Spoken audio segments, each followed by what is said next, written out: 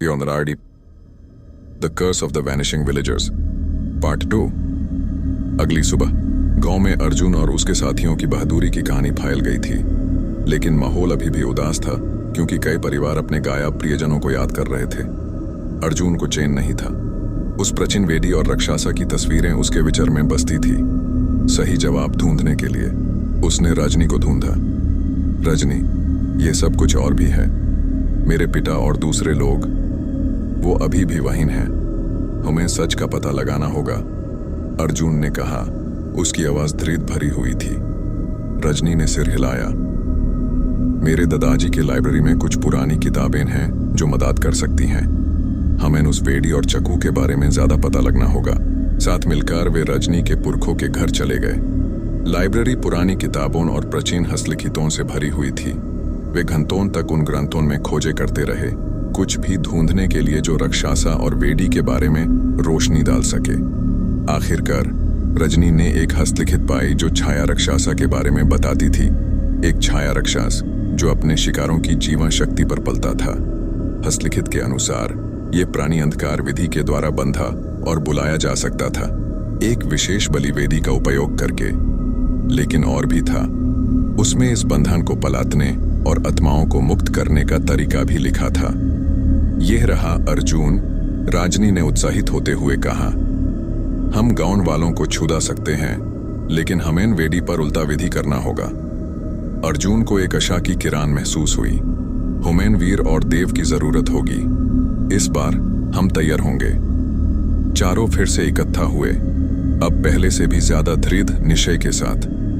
Manuscript से मिली जानकारी और जादू चाकू के साथ वे एक बार फिर से जंगल की गहराइयों में निकाल गए। महल तनाव से भरा हुआ था, लेकिन वे अपने मिशन में दृढ़ थे। जंगल अब सूरज की रोशनी से भरा, कम भयानक लग रहा था, लेकिन एक छुपी हुई खतरे की भावना अब भी थी। जैसे ही वे चौराहा के नजदीक पहुंचे, उन्होंने देखा कि वेडी अब भी उतनी ही सही थी। उसे देखते ही उनका दिल दर्द से भर गया, लेकिन उन्होंने अपने आप को संभल लिया जो आगे आने वाला था।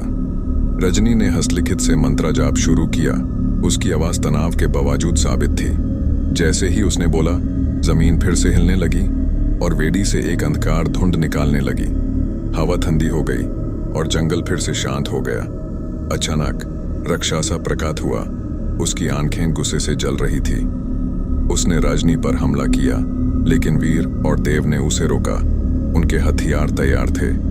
प्राणी मजबूत था, लेकिन वे हिम्मत से लड़े। रजनी को मंत्र पूरा करने का वक्त मिल गया। अर्जुन ने जादू चाकू को मजबूती से पकड़ा। उसका दिल जोर जोर से धड़क रहा था। उसने जाना कि उससे क्या करना था। जैसे ही रजनी का जाप अपने चरम पर पहुंचा, उसने चाकू वेदी में घोंपा। जमीन जोर से हिलने लगी और एक तेज रोशनी चौराहा को घुमा गई। जब रोशनी गायब हुई, राक्षसा भी चला गया था और वेदी तबाह हो गई थी। उनके आसपास छाया से लोग निकालने लगे। गायब गाउन वाले, उनमें रगाव भी था।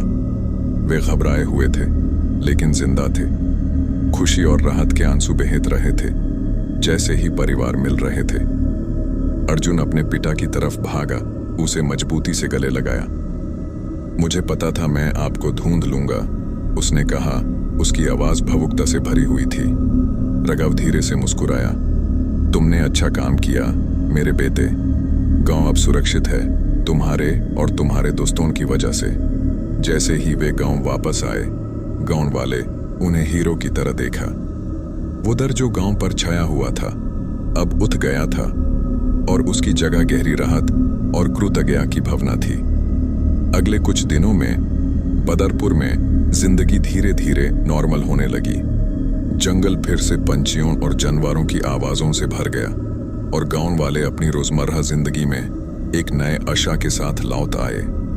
प्राचीन हस्तलिखित सुरक्षित जगह पर रख दी गई, और राक्षसा की कहानी एक दंतकथा बन गई जो अगली पीढ़ी को सुनाई जाएगी।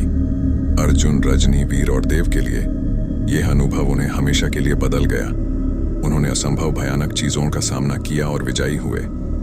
लेकिन सबसे जरूरी बात, उन्होंने दिखाया कि हिम्मत, दोस्ती और दृढ़ निश्चय से सबसे अंधकार बुराई को भी हरा सकते हैं। अर्जुन जंगल के किनारे पर खड़ा अपने गांव को देख रहा था। उसने एक गहरी शांति महसूस की। वो परछाई जो उन्हें सता रही थी अब चली गई थी और भविष्य रोशन था।